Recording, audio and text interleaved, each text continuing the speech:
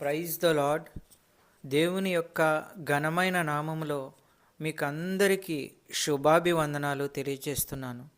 ఈరోజు దేవుని యొక్క వాగ్దానము సంఖ్యాకాండము 6వ అధ్యాయము 25వ వచనం.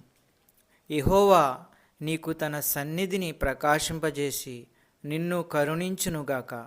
దేవుడు ఈరోజు తన యొక్క మంచి వాగ్దానాన్ని మనకు అనుగ్రహించి ఉన్నాడు.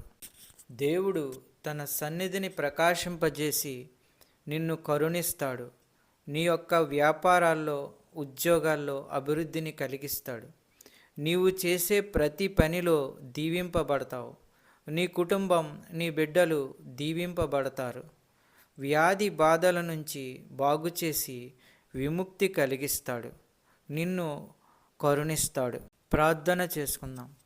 పరిశుద్ధుడా, ప్రేమగల తండ్రి, నీకు స్తోత్రములు, వందనములు. ఈ వాక్యము ఎంతమంది అయితే విన్నారో వారందరి హృదయాల్లో సంతోషంతో నింపండి, కాపాడండి, కరుణించండి, దీవించండి. యేసు ప్రభు పేరట అడుగుచున్నాము తండ్రి, ఆమెన్.